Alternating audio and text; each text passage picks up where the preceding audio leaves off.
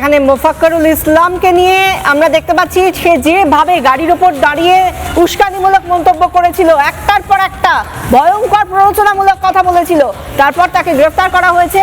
মালদায় হিংসার ঘটনার দিন উস্কানিমূলক ভাষণের অভিযোগেই তাকে গ্রেফতার, সেই সঙ্গে আকরামুল বাগানি একজন ইউটিউবার, তাকেও গ্রেফতার করা হয়েছে। মোট 35 জনকে গ্রেফতার করা হয়েছে এই ঘটনা। ইতিমধ্যেই মালদার উদ্দেশ্যে রওনা দিয়েছে, কিছুক্ষণের মধ্যেই তারা থানায় আসবে। এই মুহূর্তে রয়েছে মোথাবাড়ি থানার সামনে। ওয়াসিম যে ছবি তুলে ধরছেন আমরা দেখতে পাচ্ছি যে মোথাবাড়ি থানার সামনে এই মুহূর্তে কিছুক্ষণ আগেই কিন্তু এসডিপিও কালিয়াচক তিনিও এসে পৌঁছেছেন এবং উচ্চপদস্থ আধিকারিকেরা তারা থানায় রয়েছেন।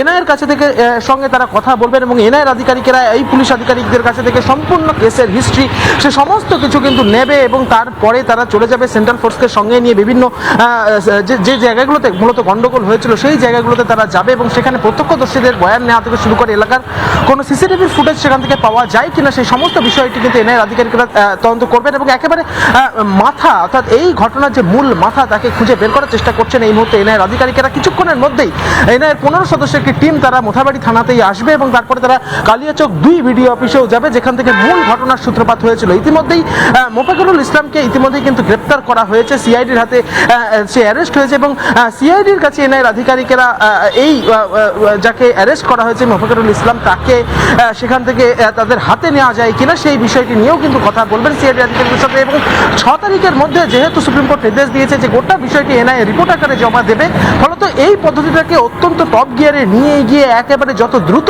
সম্ভব তদন্ত শেষ করার চেষ্টা করবেন তদন্তকারী এনআইএর আধিকারিকেরা।